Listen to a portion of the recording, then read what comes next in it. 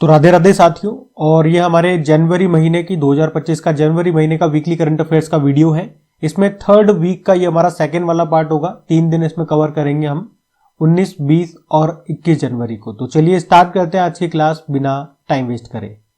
तो इस प्रश्न में पूछ रहे हैं कि दुनिया का सबसे शक्तिशाली हाइड्रोजन ईंधन चालित इंजन ये किसने डेवलप किया है? तो इसका सही उत्तर हो जाएगा भारत ने। भारत ने इसको बनाया है और ये दुनिया का सबसे पावरफुल हाइड्रोजन ट्रेन इंजन है। इसकी जो शक्ति है, जो पावर है, वो 1200 हॉर्स पावर है। दूसरे देशों के पास भी इस तरह का हाइड्रोजन ट्रेन इंजन है, लेकिन उनकी पावर हमारे से कम है, 500 से 600 हॉर्स पावर तक की है। किन किन देशों के पास है? जर्मनी, फ्रांस, स्वीडन, चीन वगैरह के पास है। सबके पास 500 से 600 हॉर्स पावर का ये ट्रेन इंजन है। हमारा सबसे ज्यादा ताकतवर है, शक्तिशाली है, 1200 हॉर्स पावर का है। इसका जो पहला ट्रायल किया जाएगा हरियाणा के जींद सोनीपत मार्ग पर किया जाएगा। और अगर पूछे भारत की पहली हाइड्रोजन संचालित ट्रेन ये कहां पर तैयार हुई है? चेन्नई में जो इंटीग्रल कोच फैक्ट्री है वहां पर। इतना सा आप ध्यान रखना।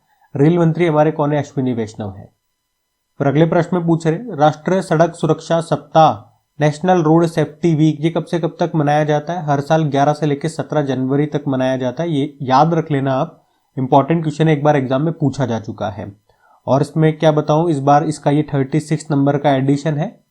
और उद्देश्य बात समझ में आती है, नाम से समझ में आ रहा है, सड़क सुरक्षा के प्रति अवेयरनेस बढ़ाना, जागरूकता फैलाने के लिए ये दिन मनाया जाता है। थीम याद रख लो, थीम इस बार की क्या है? बी रोड सेफ्टी हीरो, सड़क सुरक्षा हीरो बने। फिर अगले प्रश्न में पूछ रहे हैं रैंकिंग का है, QS world future skill index 2025 में भारत की ओवरऑल रैंक क्या है? तो सही उत्तर हो जाएगा इसका 25 है हमारी रैंक। कौन सा इंडेक्स है? पहले तो ये याद रखना, QS world future skill index 2025।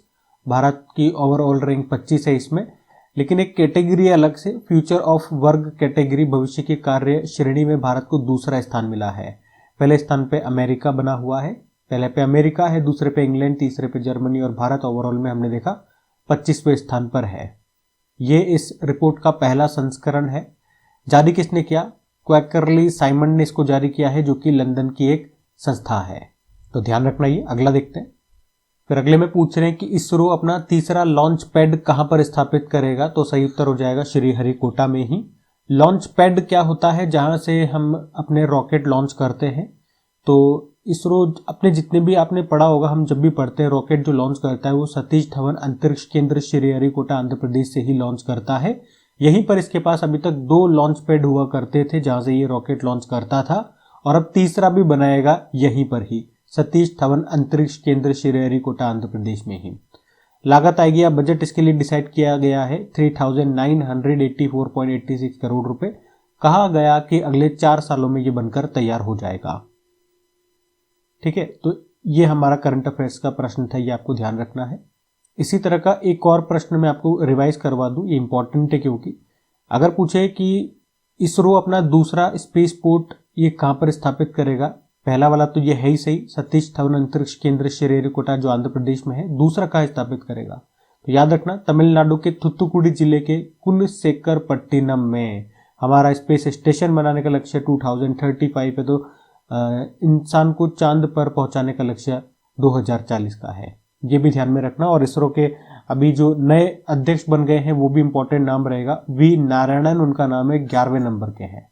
अगला देखते हैं। फिर अगले में पूछ रहे हैं भी विश्व स्तरीय पुरातत्व अनुभव संग्रहालय का उद्घाटन कहां पर किया गया? World class archaeological experimental museum का उद्घाटन, ये अभी हमारे जो गृह मंत्री सहकारिता मंत्री अमित शाह, उन्होंने ही इसका उद्घाटन किया है गुजरात में। गुजरात इसका आंसर हो जाएगा।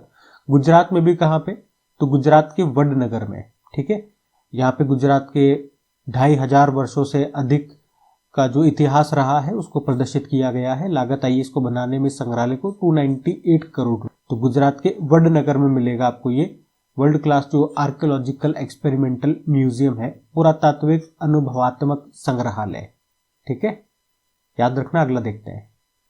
और ये अच्छा प्रश्न है, एग्जाम के लायक प्रश्न पूछे जाने लायक, कि पहली बार भारत के लोकपाल का स्थापना दिवस हमने कब मनाया? तो इसका सही उत्तर हो जाएगा 16 जनवरी को। और क्या क्या इंपॉर्टेंट आप डेटा यहां से याद रखें।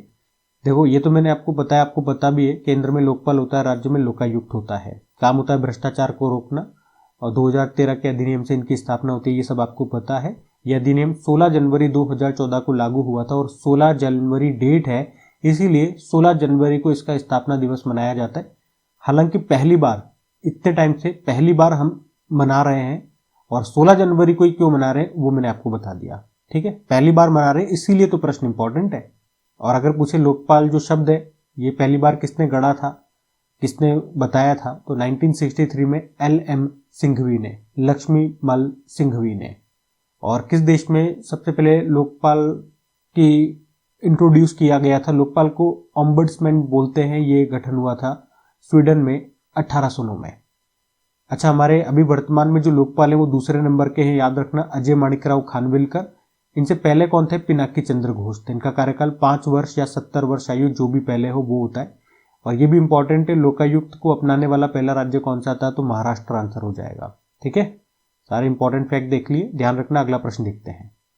और वैसे 16 जनवरी को जो आपका स्टार्टअप इंडिया इनिशिएटिव है वो भी शुरू हुआ था 16 जनवरी 2016 को, ये भी ध्यान रखना। अगला देखते हैं अभी।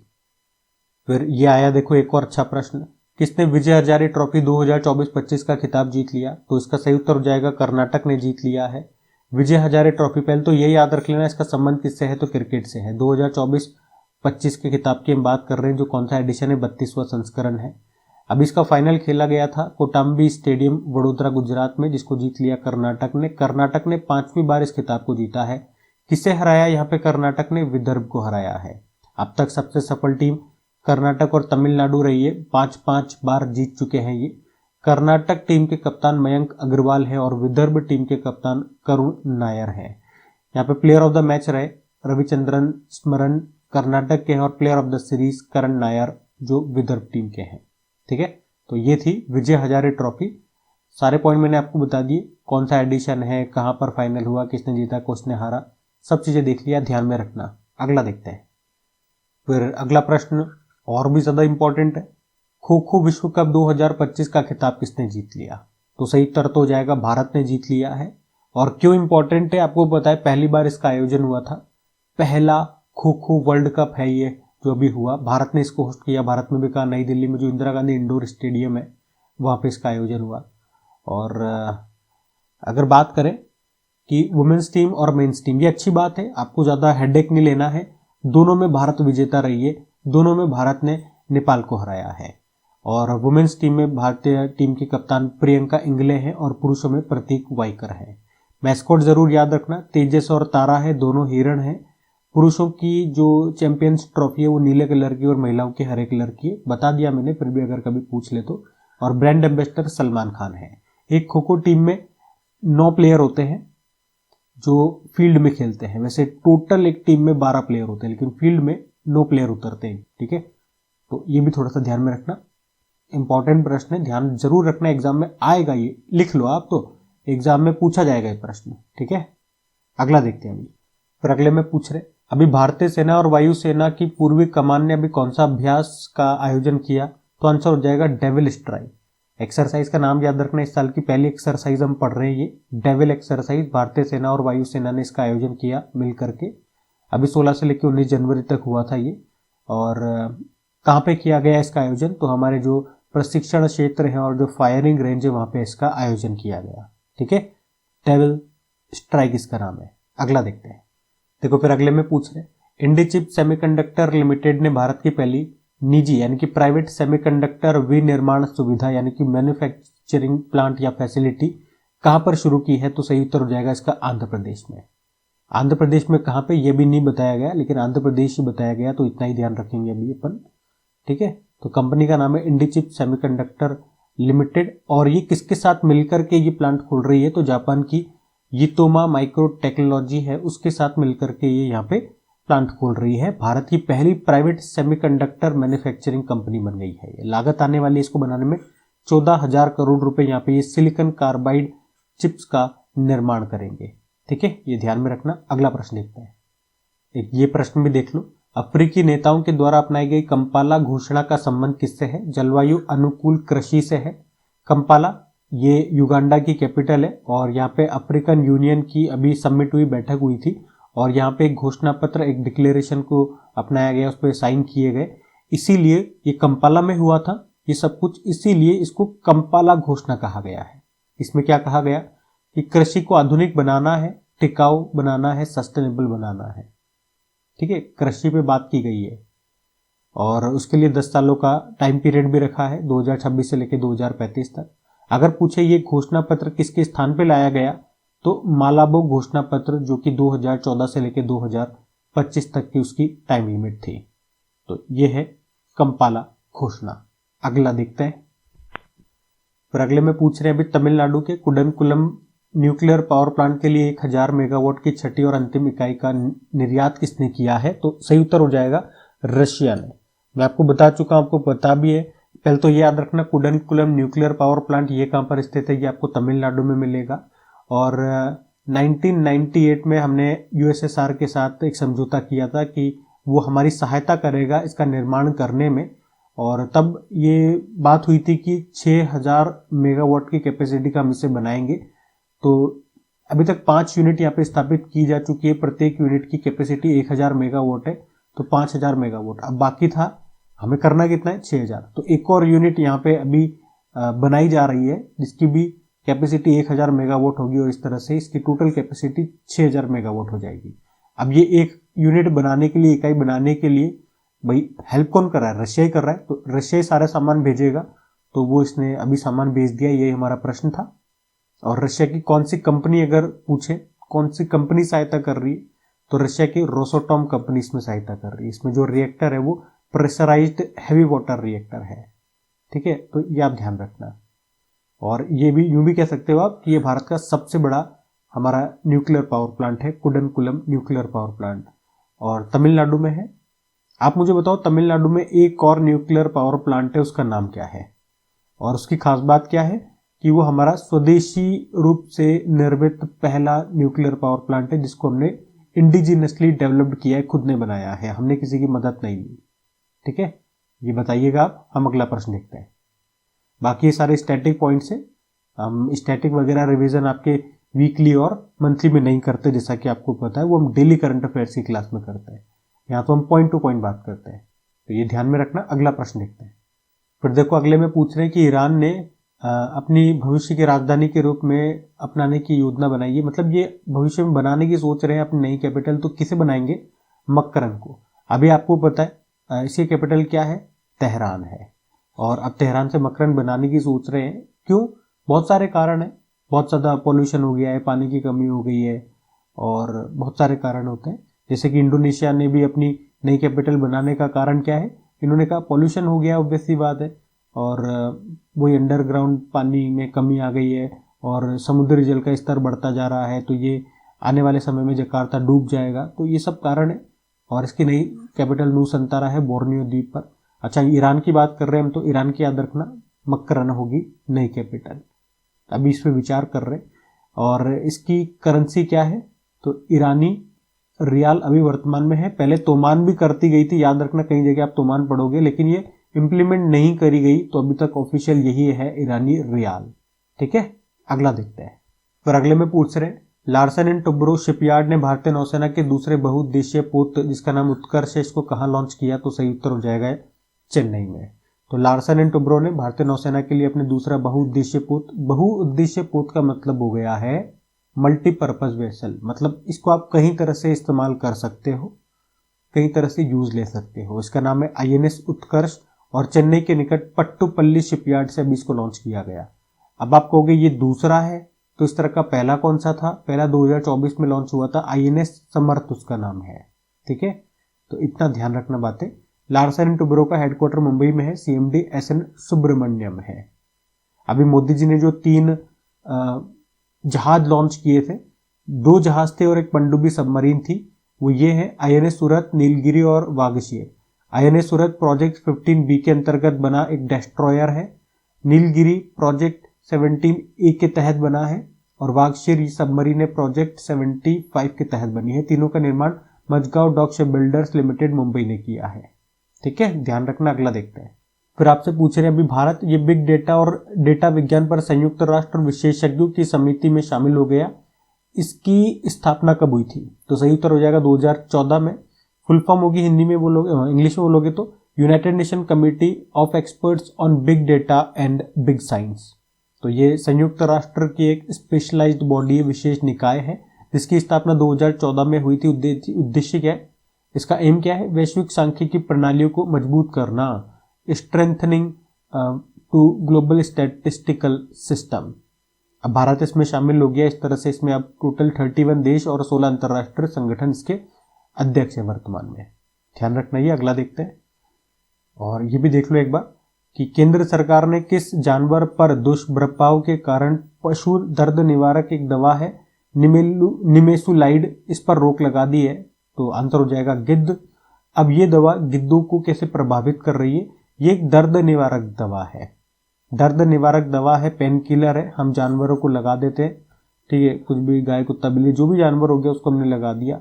अब जब ये जानवर मर जाएगा तो गिद्ध इसको खाएगा तो वो दवा इसके अंदर चल जाएगी और ये इसके लिए तो हानिकारक है। तो इसलिए सरकार ने अभी इस दवाई पे बैन लगा दिया। कुछ समय पहले हमने एक और दवाई पढ़ी थी जिसपे सरकार ने बैन लगाया था, सेम कारण था। उस दवाई का नाम अगर मैं पूछूं तो क्या था, डाइक्लोफेनेक। उस दवाई का नाम डाइक्लोफेनेक था। ठीक है, तो दोनों पे बैन लगा दिया है सरकार ने गिद्धों के कारण, उनको नुकसान हो रहा था। अगला देखते हैं। फिर अगले में पूछ रहे सीआरपीएफ के डायरेक्टर जनरल कौन बन गए भैया, तो याद रखेंगे ज्ञानेंद्र प्रताप सिंह बन गए हैं। अभी तक जो सीआरपीएफ के डायरेक्टर जनरल थे वैसे तो अनीश दयाल सिंह थे, लेकिन वो 31 दिसंबर को रिटायर्ड हो गए। फिर उनके स्थान पे उनका काम संभालने के लिए कार्यवाहक महानिदेशक एक्टिंग डायरेक्टर जनरल बना दिया था हमने, किसको, विपुल कुमार को। लेकिन अब परमानेंट बन गए हैं कौन, ज्ञानेंद्र प्रताप सिंह। तो इनका नाम आपको ध्यान रखना है। सीआरपीएफ मतलब सेंट्रल रिजर्व पुलिस फोर्स। वैसे तो इसकी स्थापना 1939 में होती है, किस रूप में, क्राउन रिप्रेजेंटेटिव पुलिस के रूप में।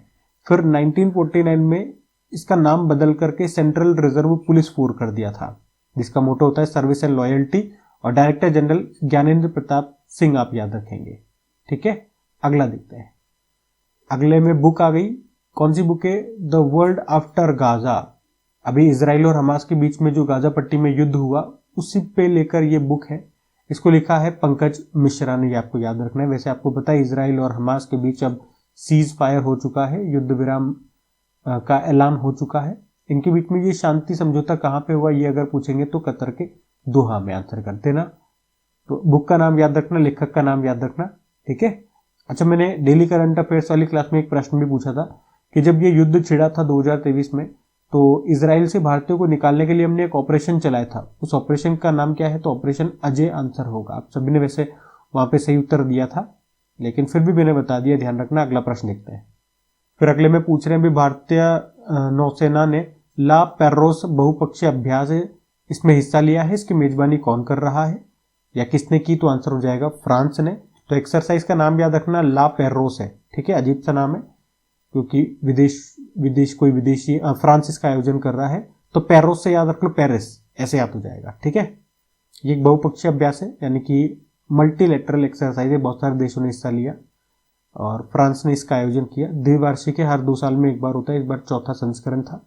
और इस अभ्यास में हमने कहा बहुपक्षीय, बहुत सारे देश हिस्सा लेंगे। तो टोटल 9 इंडो पैसिफिक देशों की नौसेनाओं ने इसमें हिस्सा लिया। वो 9 देश कौन कौन से हैं, Australia, Canada, France, Bharat, Indonesia, Malaysia और सिंगापुर, यूके और यूएस। अच्छा, इसमें भारत की तरफ से जो हमारा जहाज है उसका नाम क्या है, आईएनएस मुंबई। ये भी आप जरूर से याद रखना। और हुआ कहाँ पे, तो यह अभ्यास हिंद महासागर और प्रशांत महासागर के बीच रणनीतिक रूप से मलक्का, सुंडा और लोम्बोक जल डमरू मध्य यानी कि स्ट्रेट्स के यहाँ पर इसका आयोजन हुआ है। ये जो मलक्का, सुंडा और लोम्बेक जल डमरू मध्य स्ट्रेट है, ये हिंद महासागर क्षेत्र में प्रवेश और निकास का मार्ग प्रदान करते हैं। जैसे कि मलक्का जल डमरू मध्य मतलब स्ट्रेट, इंग्लिश में बोलेंगे तो स्ट्रेट। तो ये बात करें, हिंद महासागर को प्रशांत महासागर से जोड़ता है। कहाँ पर मिलेगा, मलेशिया के मलय प्रायद्वीप और इंडोनेशिया के सुमात्रा द्वीप के बीच में। सुंडा जल डमरू मध्य जावा सागर को हिंदू महासागर से जोड़ती है और ये मिलेगा इंडोनेशिया के जावा और सुमात्रा द्वीप के बीच में।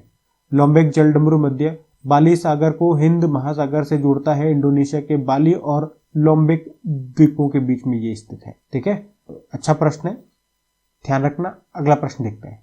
फिर अगले में पूछ रहे हैं, अभी 20 जनवरी को डोनाल्ड ट्रंप ने अमेरिका के 47वें नंबर के राष्ट्रपति के रूप में शपथ ले ली। पूछ रहे हैं यहाँ पे अमेरिका के उपराष्ट्रपति कौन है, तो जेडी वेंस आंसर हो जाएगा। इनके कैबिनेट में बहुत सारे वैसे मंत्री हैं, हम कुछ एक याद रख सकते हैं जो इंपॉर्टेंट है, कम से कम ये 3 तो याद रख ही लेना। वाइस प्रेसिडेंट जेडी वेंस यानी कि जेम्स डेविड वेंस, रक्षा सचिव पीट हेग्सेथ और विदेश सचिव मार्को रूबियो। वैसे ये भी याद रखना, एफडीआई डायरेक्टर काश पटेल है, और राष्ट्रीय खुफिया निदेशक इंग्लिश में बोलोगे तो नेशनल इंटेलिजेंस की डायरेक्टर तुलसी गबार्ड है, और डॉग यानी कि डिपार्टमेंट ऑफ गवर्नमेंट एफिशिएंसी का हेड एलन मस्क को बनाया है, और इसमें इसका सहयोग करेंगे विवेक रामास्वामी। ठीक है, ध्यान रखना। अगला देखते हैं। फिर अगले में पूछ रहे हैं, अच्छा प्रश्न है ये भी, इंडिया ओपन बैडमिंटन जो टूर्नामेंट है 2025 में ये हुआ, उसमें पुरुष एकल का खिताब किसने जीता, तो सही उत्तर जाएगा विक्टर एक्सेलसेन ने। ये डेनमार्क के प्लेयर है। हम बात कर रहे हैं इंडिया ओपन बैडमिंटन टूर्नामेंट की, जिसे योनेक्स सनराइज इंडिया ओपन भी कहते हैं, 2025 में यह भी इसका 22वां संस्करण हुआ। कहाँ पे, नई दिल्ली में जो केडी जाधव इंडोर स्टेडियम है वहां पे, और इसमें मेन सिंगल का टाइटल विक्टर एक्सेलसेन ने जीता है, डेनमार्क को हरा दिया। लेकिन अगर पूछे वुमेन सिंगल किसने जीता, तो आन से योंग ने जीता है, जो कि साउथ कोरिया की प्लेयर है। ठीक है, तो इतना डेटा आप याद रखना, यही हमारे क्वेश्चन से रिलेटेड सारा डेटा है। अगला प्रश्न देखते हैं।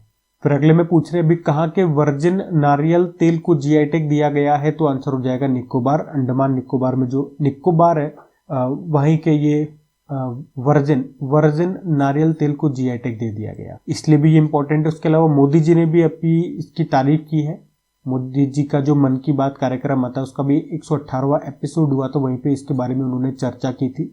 ये जो वर्जिन नारियल तेल है ना, ये पारंपरिक तरीकों से निकाला जाता है नारियल से, बिना रिफाइंड बिना ब्लीच किया हुआ होता है, ये इसमें कोई केमिकल का इस्तेमाल नहीं होता है। ठीक है, तो ये ध्यान में रखना। अगला प्रश्न देखते हैं। अच्छा, वैसे ये एग्जाम में आए हुए प्रश्न मैंने आपको करवाए थे, एक बार कोशिश करो, आपको याद है कि भूल गए। कोकोनट ऑयल में कौन सा एसिड पाया जाता है, लॉरिक एसिड होता है। वर्ल्ड कोकोनट डे ये कब होता है, 2 सितंबर को होता है। और केंद्रीय नारियल अनुसंधान संस्थान सेंट्रल कोकोनट रिसर्च इंस्टीट्यूट कहां पर है, तो सही उत्तर होगा केरल में, केरल के कसारगोड में ये स्थित है। फिर अगले में पूछ रहे हैं, भी किसे गेट्स कैम्ब्रिज इम्पैक्ट पुरस्कार से सम्मानित किया गया, सही उत्तर हो जाएगा उर्वशी सिन्हा को। कौन है ये रमन रिसर्च इंस्टीट्यूट की प्रोफेसर है उर्वशी सिन्हा। इनको भी क्वांटम संचार, कंप्यूटिंग और प्रकाशिकी में उनके अभूतपूर्व योगदान के लिए ये गेट्स कैम्ब्रिज इम्पैक्ट पुरस्कार 2025 से सम्मानित किया गया। कौन देता है ये पुरस्कार, Bill and Melinda Gates Foundation के द्वारा दिया जाता है। अभी दिया गया कैम्ब्रिज यूके में, और जिस इंस्टीट्यूट की ये प्रोफेसर है ना, रमन रिसर्च इंस्टीट्यूट, ये आपको मिलेगा बंगलुरु में, तो ये ध्यान रखेंगे। अगला देखते हैं। तो अगला नहीं है, जो भी 3 दिन थे वो सारे इंपॉर्टेंट करंट अफेयर्स मैंने यहाँ पे कवर कर लिए हैं। इस तरह से आपका यानी कि 21 जनवरी तक के सारे इंपॉर्टेंट क्वेश्चन हमारे अब कवर हो चुके हैं। सेशन पसंद आए तो इसे लाइक जरूर कीजिएगा, दोस्तों के साथ में स्टडी ग्रुप में एक बार शेयर जरूर कर देना। प्रैक्टिस के लिए क्विज आपको मिल जाती है अपने क्रिक एग्जाम एप्लीकेशन पे। तो आज के लिए इतना ही, राधे राधे।